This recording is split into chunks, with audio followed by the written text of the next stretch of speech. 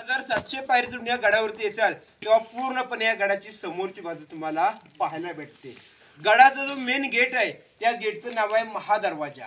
हा महादरवाजा जर तुम्हाला पाहायचं म्हटलं तर गडावरती पायऱ्यांनी जावं लागतं किंवा इथून खाली पायऱ्यांनी उतरावं लागतं। इथून खाली 500 पायऱ्यांवरती रायगडाचा मेन गेट म्हणजे महादरवाजा आपल्याला पाहायला भेटतो।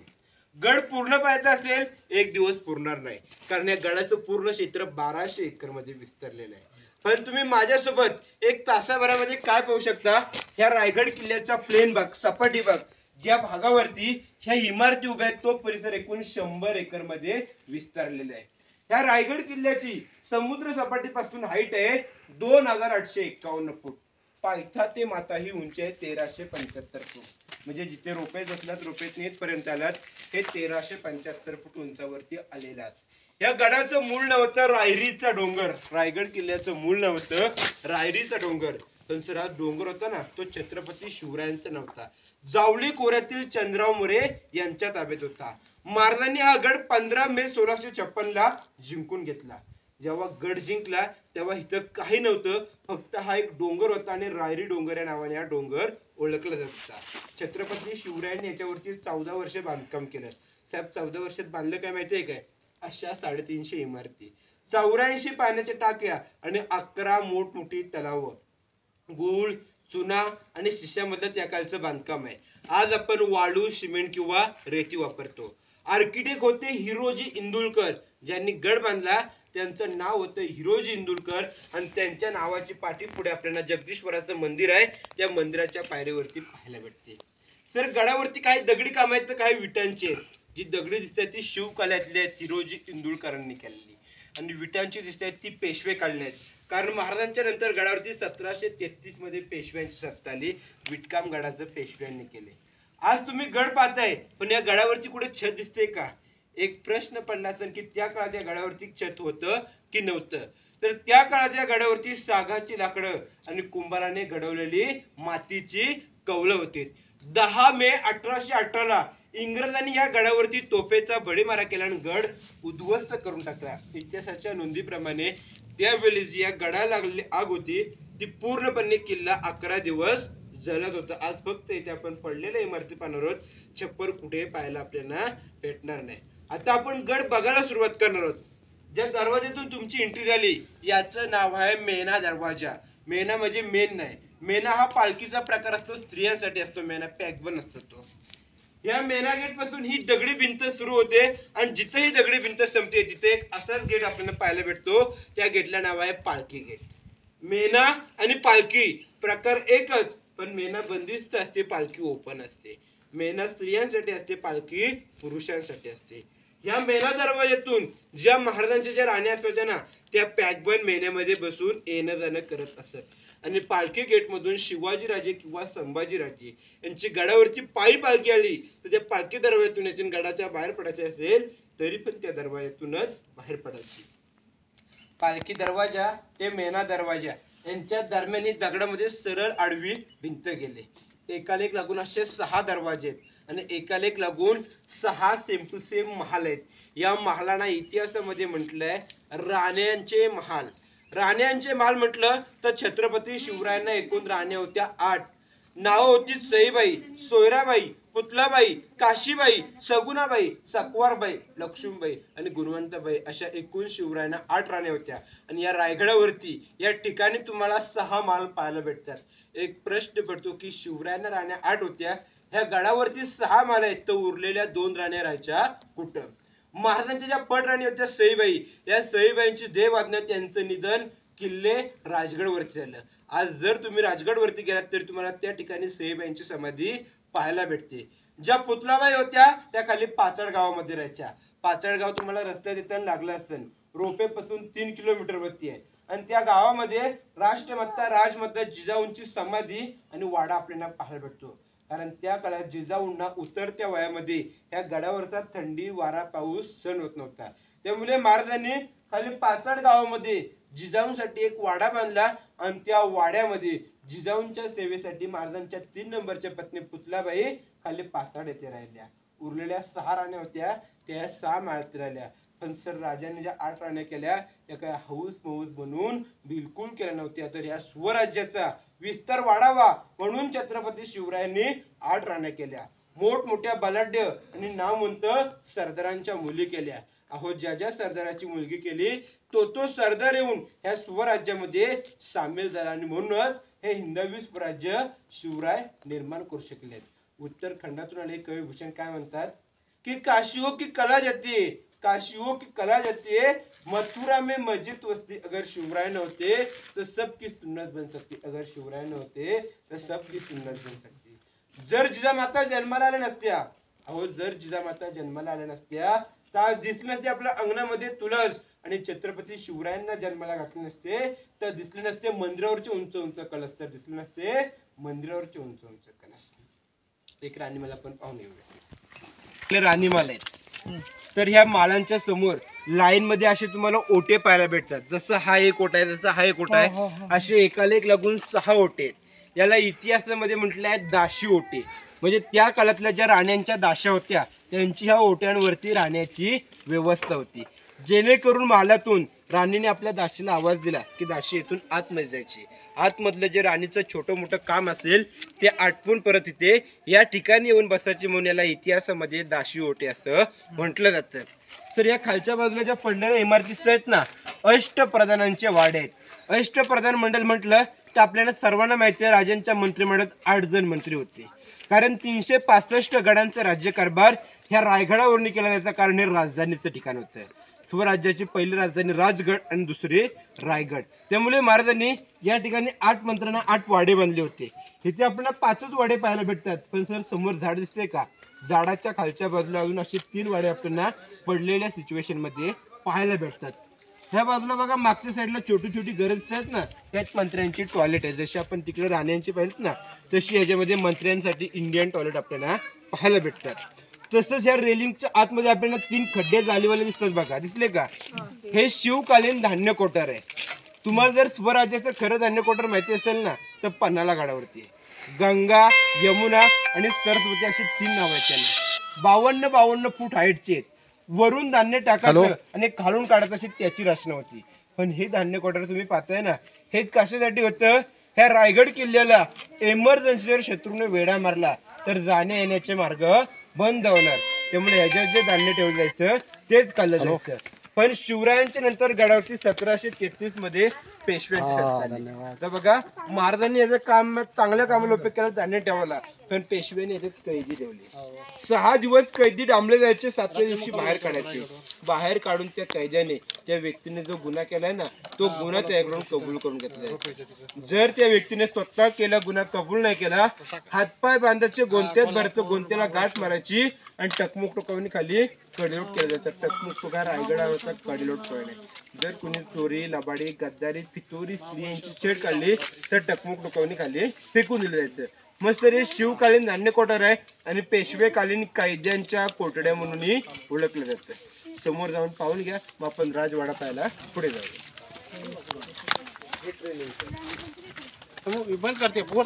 राणीमाल आणि आता आपल्या राजांच्या राजवाड्यामध्ये आपण प्रवेश केलेला आहे. तुम्हाला ह्या भिंतीपासून समोर एक प्लास्टर केली भिंत दिसते का, या भिंतीपासून त्या भिंतीचं अंतर आहे 200 फुटापेक्षा जास्त. हा त्या काळातला आपल्या राजांचा आता राजवाडा होता. 2 मजली होता. खालच्या मजल्यावरती छत्रपती शिवाजीराजे राहत होते आणि त्याच्या वरच्या मजल्यावरती छत्रपती संभाजीराजे राहत होते. आज आपल्या घराला जर इमारत उभारायची म्हटलं ना, आरसीसी पद्धत आपण वापरतो, पण त्या काळात काय आरसीसी पद्धत नव्हती. 2 मजली इमारत उभारण्यासाठी हे मधले जे चौकोनी दगड दिसत आहेत का, त्या दगडांवरती सागाचे पिलर्स टेकवले जायचे आणि त्याच्यावरती दुसरा मजला उभारला जायचा. वैशिष्ट्य काय होतं की एक जरी सागाचा खांब खराब झाला तरी पूर्ण इमारत तोडावी लागत नव्हती. तो खांब तिथून अलगद काढता यायचा आणि पुन्हा जसाच्या तसा दुसरा तिथे बसवता यायचा. छत्रपती शिवरायांचा जन्म 19 फेब्रुवारी 1630 ला शिवनेरी या किल्ल्यावरती झाला आणि आपल्या राजांचं निधन 3 एप्रिल 1680 रोजी रायगड किल्ल्याच्या पहिल्या ओट्यावरती. हा जो पहिला ओटा आपण पाहतोय ना, हा आपल्या राजांचा पूर्णपणे बेडरूम होता आणि या ठिकाणी आपल्या राजांनी 3 एप्रिल 1680 ला अखेरचा श्वास सोडला. इथं निधन झालं. अग्निदान समोर केलं. समोर तुम्हाला एक मस्जिद टाईप आकार दिसतोय का, ती मस्जिद नाही, जगदीश्वराचं मंदिर आहे. पण मंदिराच्या बाजूचं व्हाईट घुमट दिसतंय का, आपल्या राजांची समाधी आहे. निधन इथं झालं आणि त्या ठिकाणी अग्निदान केलं. महाराष्ट्राच्या इतिहासातील काळा दिवस म्हटलं तर 3 एप्रिल 1680 हा महाराष्ट्र पोरका झाला, हा रायगड पोरका झाला. आपण सगळे पोरके झालो कारण आपले लाडके राजे आपल्याला सोडून गेले. 1630 यांचा जन्म आणि 1680 निधन. आयुष्याची मर्यादा होती फक्त आणि फक्त 50 वर्ष. आपल्या राजांनी 50 वर्षामध्ये 365 गड जिंकले आणि हे हिंदवी स्वराज्य निर्माण केलं. वयाच्या 16व्या वर्षी महाराजांनी तोरणागड जिंकला आणि हिंदवी स्वराज्याचं पहिलं तोरण त्या तोरणागडाला बांधलं. म्हणूनच अभिमानाने म्हणावं असं वाटतं, अंधार पार झाला एक दिवा पाहिजे, अंधार पार झाला एक दिवा पाहिजे. आणि या महाराष्ट्राच्या भूमीला पुन्हा एकदा जिजाऊंचा शुभा पाहिजे. या महाराष्ट्राच्या भूमीला पुन्हा एकदा जिजाऊंचा शुभा पाहिजे. तर या वाड्यामध्ये बघा तुम्हाला एकाला एक लागून 4 ओटे पाहायला भेटतात, दिसतायत ना. पण या त्या काली 4 वेगवेगळ्या रूम्स होत्या. पहिली रूम पाहिली ती राजांची बेडरूम होती, त्या ठिकाणी आपल्या राजांचं निधन झालं. ह्याच्यावरती उपयोग याला इतिहासात मुक्पाखाना म्हटलं जातं, आपल्या भाषेत स्वयंपाकगृह किंवा किचन रूम. त्या काळात वीज प्रयोग मोठ्या प्रमाणात व्हायचे. राजांच्या नियंत्रणाखाली इथे स्वयंपाक बनवला जायचा आणि त्या बेडरूम पर्यंत पार्सल केला जायचा. ह्या स्वयंपाकाची ओळख म्हटलं तर त्या काळातलं उखळ आहे बघा, आपल्याकडे गावाला असं तुम्हाला नक्कीच माहिती. समोर बघा चूल दिसली का, त्या सर्व लाईन मध्ये चुली होत्या, पण एक चूल आपल्याला चांगल्या सिच्युएशन मध्ये पाहायला भेटते. ही बघा ही समोरची ही. तर इकडे लक्ष द्या, हे झालं स्वयंपाकगृह. हा 3 नंबरचा ओटा दिसतोय का लांब लचक, सचिवालय. सचिवालय म्हणजे 8 मंत्री जे होते त्या 8 मंत्र्यांच्या 8 चेअर या ठिकाणी त्या टायमाला ठेवल्या होत्या. पुढे बघा तुम्हाला एक छोटीशी रूम दिसते का, पुढची 1 नंबरची दिवाने खास म्हटलेलं आहे. तुम्हाला ऐकून किंवा वाचून सर्वांना माहिती असेल, दिल्लीच्या लाल किल्ल्यावरती दिवाने आम आणि दिवाने खास असे 2 प्रकार पडतात. जर आपण दिवाने आम म्हटलं ना तर त्याच्यामध्ये गोरगरीब जनता येते, आणि दिवाने खास म्हटलं तर विशेष आणि VIP लोक येतात. त्यापैकी ते दिवाने खास होतं. छत्रपती शिवरायांना कोणी परदेशी नागरिक किंवा इंग्रज अधिकारी भेटायला आले तर त्यांची मीटिंग तिथे त्या ठिकाणी घेतली जायची. त्यांना रस्ता बरोबर. आणि वाड्याच्या 4 बाजूने बघा हे छोटे छोटे दरवाजे तुम्हाला दिसत आहेत ना, यांना इतिहासामध्ये टहलनी बुरुज म्हटलं, थोडक्यात ते वॉच टावर आहेत. हे बघा 4 बाजूने आहेत. आणि आता आपण खलबत खाना पाहूया, म्हणजे गुप्तचर.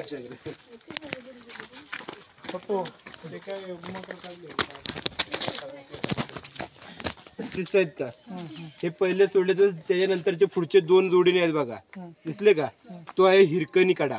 जी माता आपल्या बाळासाठी स्वतःच्या जीवाची पर्वा न करता ठिकाणावरनी खाली उतरली, तोच तो हिरकणी कडा.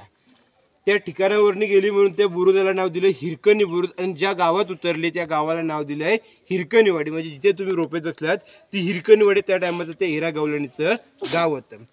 हे समोर तुम्हाला विटांची रूम दिसते का, त्याला म्हटलं टाकसाल. सर टाकसाल म्हटलं तर तुम्हाला आपली RBI बँक माहिती असेल, बँकांची बँक तर नोटा छापल्या जातात. तसं शिवकालात नाणी राजमुद्रा होऊन घडवण्याची पद्धत होती, ते सर्व त्याच्यामध्ये घडवलं जायचं.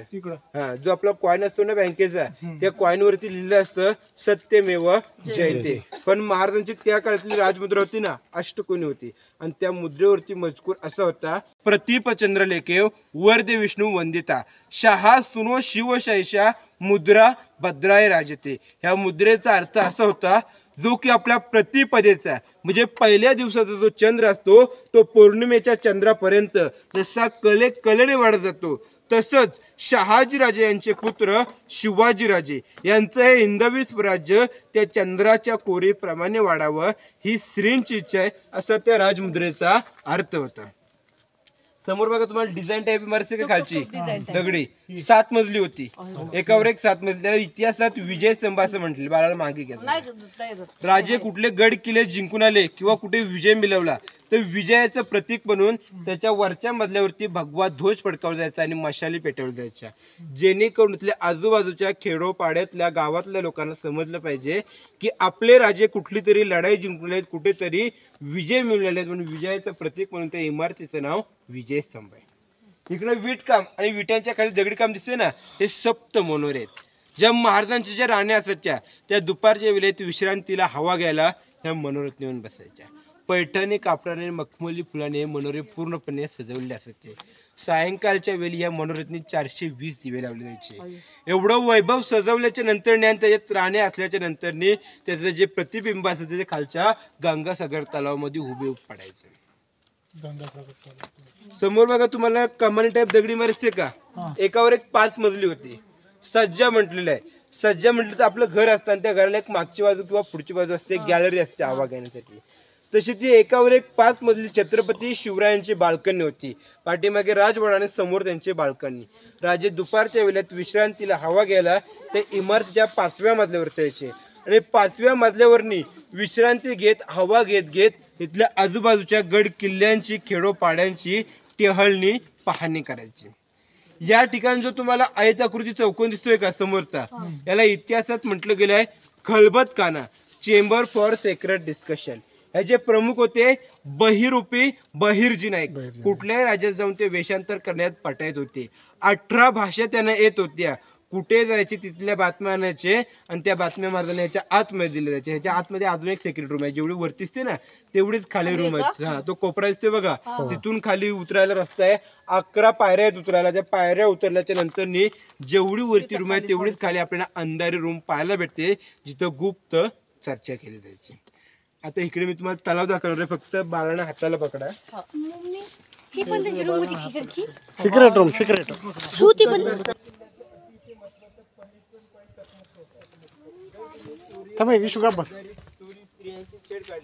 हातपाय बांधायचे गोंत्यात भरायचं, गोंत्याला गाठ मारायची, तिथून खाली 1200 फूट दहीमध्ये फेकून दिलं जायचं.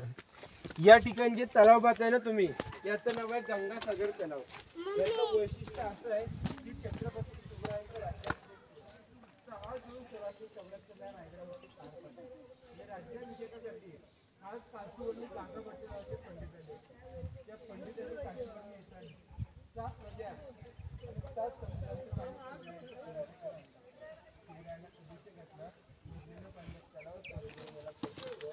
म्हणजे आतल्यातच पाणी निर्माण होतं.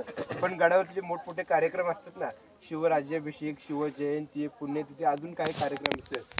छत्रपती शिवाजी महाराज की जय, छत्रपती संभाजी महाराज की जय, जय भवानी, जय शिवाजी.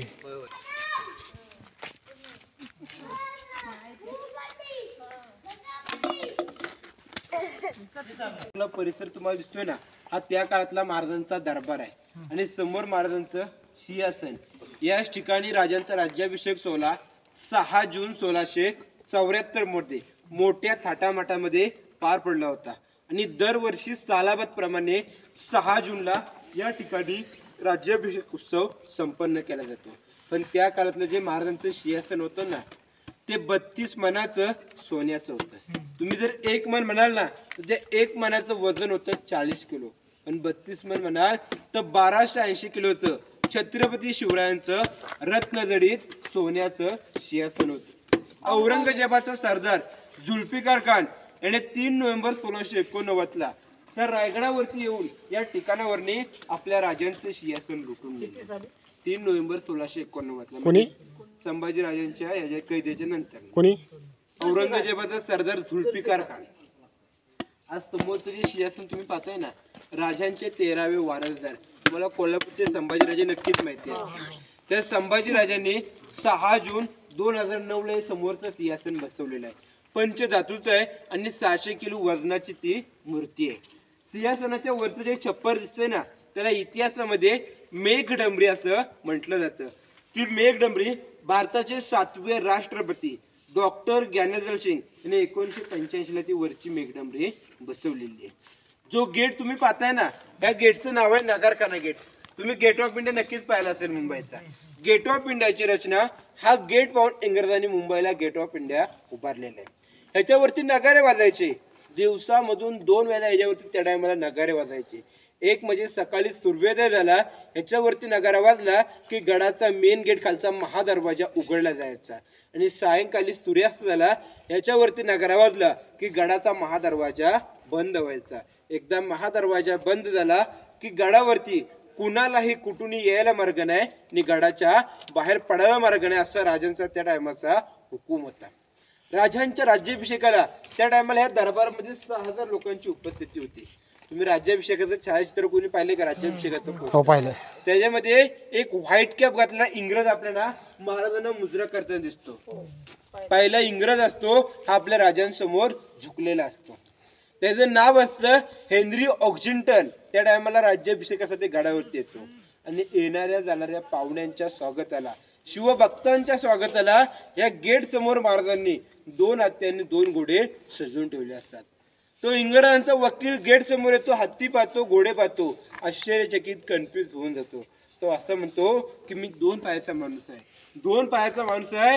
हा गड चढून आलो ते एवढा दमून गेलो, थकून गेलो. तर त्या टायमाला महाराजांनी हे 4-4 पायाचे आणि बलाढ्य द्यायच्या हत्ती ह्या गडावरती कसे आणले असेल? तर त्याच्या या प्रश्नाचं उत्तर आजचे आपले इतिहासकार निनादराव बेडेकर सांगतात की हत्तीची छोटी छोटी पिल्लं असताना महाराजांनी घोड्यावर बसून, पालखीत बसून गडावरती आणले आणि मग त्यांचं वरती पालन पोषण केलं. राजांचा एक नियम असतो की जी गोष्ट लहान आहे तिला आपण लहानाचं मोठं करू शकतो, पण मोठ्यापासून लहान कदापि होत नाही.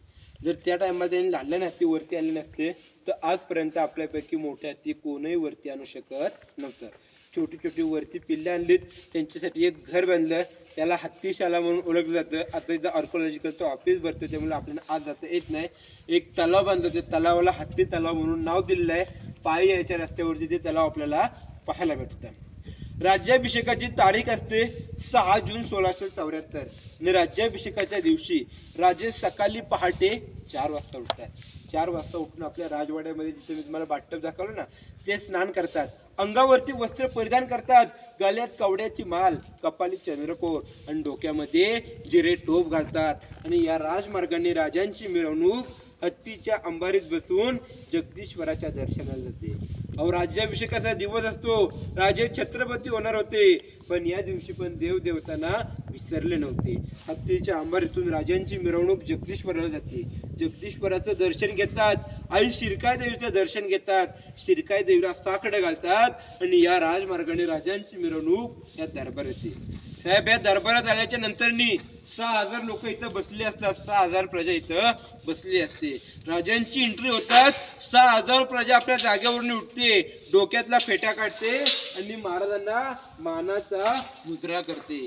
सर्वांचा मुद्रा स्वीकारत राजे समोर चालत जातात. अहो, समोर बघतात तर 32 मनाचं रत्नजडीत सोन्याचं सिंहासन सजवलेलं असतं. राजांची एक नजर त्या सोन्याच्या सिंहासनावर आणि दुसरी नजर त्या भरलेल्या दरबारावर, भरलेल्या प्रजेवर असते. महाराजांचं हृदय, महाराजांचं अंतःकरण भरून येतं, डोळ्यामधून अश्रू वाहू लागतात. अश्रू वाहण्याचं कारण एकच होतं की ज्या वीर पुरुषांवरती, वीर मावळ्यांवरती हे हिंदवी स्वराज्य उभारलं होतं, त्यातला एकही मावळा, एकही बहादूर या आनंदाच्या राज्याभिषेकाच्या सोहळ्याला त्या दरबारामध्ये दिसत नव्हतं. म्हणजे ते मावळे राज्याभिषेक होण्याच्या अगोदर लढाईमध्ये मरण पावले असतात. राजे चौफेर नजर फिरवतात, दरबारात नजर फिरवतात, ते दिसत आहेत का कुठं, पण त्यांच्या विधवा बायका आणि लहान लहान मुलं पाहून महाराजांचं हृदय भरून येतं. महाराज सिंहासनाची पहिली पायरी चढतात आणि महाराजांना त्यांचे तानाजी माळुसरे आठवतात. गड आला पण सिंह गेला, गड आला पण सिंह गेला, आधी लगीन त्या कोंढाण्याचं आणि मगच माझ्या रायबाचं, असं म्हणाले आमचे तानाजी. हा आनंदाचा नेत्रदिन सोहळा पाहिला या ठिकाणी दिसत नाहीत. सिंहासनाची दुसरी पायरी चढताच प्रतापराव गुजर नेत्रीच्या किंडीत मारले गेले होते. वेडात मराठे वीर दौडले येतात. आणि सिंहासनाची तिसरी पायरी चढताच बाजीप्रभू देशपांडे. अहो, लाख मेले तरी चालतील, अहो लाख मेले तरी चालतील, पण या लाखांचा पोशिंदा जगलाच पाहिजे, असे म्हणणारे आमचे बाजी. हा आनंदाचा सोहळा पाहिला या ठिकाणी आम्हाला दिसत नाहीत. राजे सिंहासनाची चौथी पायरी चढतात. अहो, म्हटलं जातं होते जिवाजी, होते जिवाजी म्हणून वाचले शिवाजी, अशा आमची जीवा माला या ठिकाणी या आनंदाच्या सभेमध्ये आम्हाला पाहायला भेटत नाहीत. अशी एक एक नामवंत वीरांची नावं घेत हलक्या हलक्या पावलाने महाराज त्या सिंहासनावरती आरूढ होतात. एक ललकारी अशी दिली आहे की प्रौढ प्रताप पुरंदर क्षत्रिय कुलवतांश सिंहासनाधीश्वर महाराजाधिराज योगीराज श्रीमंत श्रीमंत राजा शिवछत्रपती शिवाजी महाराज की जय जय भवानी जय शिवाजी हर हर महादेव. पुढे आपण होलीचं मैदान बघू. आपल्या राजांना समजलेले म्हणजे शिवाजी राजा आहेत ते, आणि त्याच्या पायाखाली जे 4 हत्ती आहेत ते त्या काळच्या सत्ता होत्या. आदिलशाही, निजामशाही, कुतुबशाही, पोर्तुगीजशाही यासारख्या फौजांचा त्यांच्या टायमाला नाश करण्याचा पण केला होता. आणि एक बलाढ्य फौजेची शाही होती ती म्हणजे औरंगजेबाची मोगलशाही, ती त्यांनी आपल्या शेपटीवरती झेलली होती. तर या सत्ता संपवल्याच्या नंतरनी 2 बघितले, एक पायाखाली दिसते आणि एक शेपटीवरती. या साईडला दिसली का? जे पायाखाली आहे ती आदिलशाही आणि शेपटीवरती आहे ती औरंगजेबाची मोगलशाही. या सत्ता संपवल्याच्या नंतर 2 सत्ता पुन्हा स्वराज्याशी झुंजत होत्या. तसंच तर इकडे बघा एक ध्वज पाहायला भेटतो तुम्हाला. 15 ऑगस्ट, 26 जानेवारी, 1 मेला या ठिकाणी तिरंगा फडकवला इथल्या तहसीलदारांच्या हस्ते. शिवराज्याभिषेक जयंती किंवा पुण्यतिथी असेल त्या टायमाला याच्यावरती भगवा फडकावला जातो. इकडे एक दगडामध्ये टप तुम्हाला पाहायला भेटतो. हा घोड्यांचा पाणी पिण्याचा टप आहे. आता इथे आपल्याला एकच टप पाहायला भेटते, पण त्याकडे एकच नव्हते, अनेक होते, पण ते कुठं मातीच्या ढिगाऱ्याखाली ते आता पडलेले असेल. उत्खनन जेव्हा होईल तेव्हा त्याचा शोध हळूहळू लागू शकतो. वीड बांधकाम नंतर तोडफोड कशामुळे झाली? इंग्रजांनी हल्ला केला दिसलं का? ह्या त्या टायमाचे ड्रेनेज टीम होते, थोडक्यात त्या गटर लाईन होत्या. जिथे आपण दरबार पाहिलं ना, त्या दरबाराला जे पावसाचं खराब पाणी असतं ते इकडून ह्या मार्गाने बाहेर यायचं. पण सध्या सिच्युएशन काय माहिती आहे का? कचरा साठवून, माती साठवून ते खड्डे पॅक झाले, त्यामुळे काय आता इथून पाणी येत नाही. पण उतार इकडे ना असा मग उतरलं नाही जाणार. ही बॅक साईड नाही पहिला उतार तिकडे होता का? नाही, तिकडून इकडे यायचं असं उतर इकडे. हा हा हा हा हा उतर वरचं होता पण. इकडे. बरोबर आहे. हे जे मैदान तुम्ही पाहताय ना, याला होलीचं मैदान असं म्हटलेलं आहे. होलीचं मैदान म्हटलं तर तुम्हाला माहिती आहे आपल्या गावाला शिमग्याला होली पेटवली जाते, बरोबर आहे? तशी शिवकाळात इथे या मैदानावरती होली पेटवली जायची. पण जर इथे होली पेटली ना की इथल्या आजूबाजूच्या खेडोपाड्यात होली पेटवली जायची.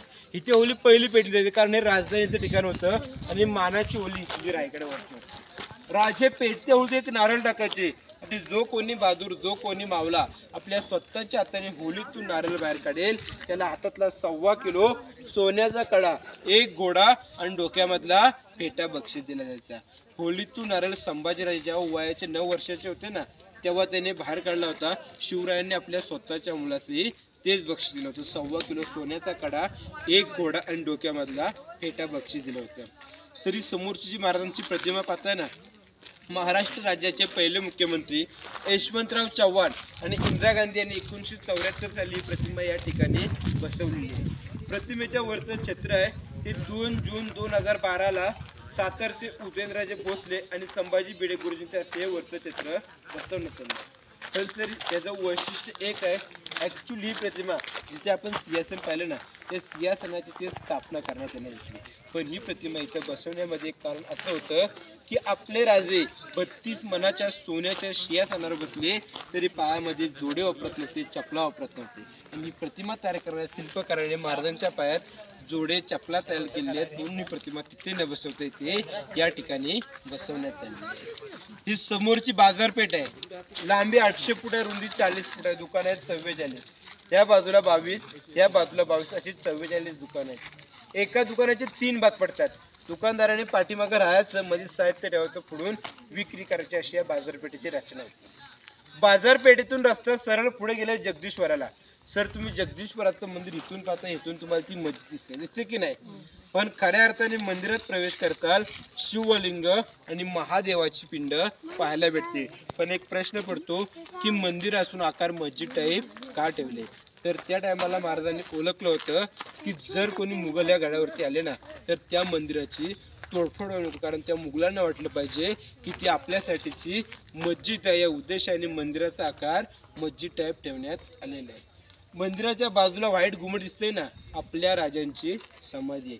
तुम्हाला निधन कुठे झालं सांगितलं, त्या ठिकाणी अग्निदान केलं आणि त्या समाधीचा जीर्णोद्धार काळांतराने महात्मा ज्योतिबा फुले यांनी केलेला आहे. मंदिरात गेलात की मंदिराच्या 2 नंबरच्या पायरीवरती मोडी लिपीत एक मजकूर आहे. त्याच्यावरती असं लिहिलेलं आहे, सेवेचे ठाई तत्पर हिरोजी इंदुलकर, ज्यांनी गड बांधला त्यांच्या नावाची पाठी त्या मंदिराच्या पायरीवरती पाहायला भेटते. गड बांधायला 14 वर्ष लागली, पण अडचण काय आली माहिती आहे? बांधकामासाठी जो महाराजांनी पैसा दिला होता तो पैसा त्यांना अपुरा पडू लागला, कमी पडला. मग ते हिरोजीने काय केलं? स्वतःच्या पत्नीचे दागिने, वाडा, घरदार विकलं आणि या गडाचं बांधकाम राजांना करून दिलं. राजांनी हिरोजीने विचारलं, अहो हिरोजी, तुम्ही हा किल्ला बांधला, त्याला राजधानीची उपमा दिलीत, तर बक्षीस काय पाहिजे? मागा हिरोजी, मागा, आम्ही खुशीने देणार आहोत. त्या हिरोजीने मागून मागून बक्षीस काय मागितलं? की राज सोने नको, चांदी नको, मोरा नको, फक्त मंदिराच्या पायरीवरती एक दगड लावायचा आहे आणि त्या दगडाला असा मजकूर लिहायचा आहे, सेवेचे ठाई तत्पर हिरोजी इंदुरकर. जेणेकरून राजे जगदीश्वराच्या दर्शनासाठी त्या मंदिरामध्ये तुम्ही दररोज असाल आणि तुमच्या पायाची जी धूल आहे ती माझ्या मस्तकी अभिषेक गाळत जाईल. या उद्देशाने आपल्याला हिरोजी इंदुरकरांच्या नावाची पाटी मंदिराच्या पायरीवरती पाहायला भेटते. इथे या ठिकाणी माझी माहिती संपत आहे. मी जाता तर तुम्हाला एक असं सांगतो की घासल्या विना धार नाही, तलवारीच्या पातीला, आणि शिवचरित्र विना अर्थ नाही या महाराष्ट्राच्या काळ्या मातीला. जय हिंद, जय महाराष्ट्र. नाव सांगा तुमचं. चंद्रकांत आवटे.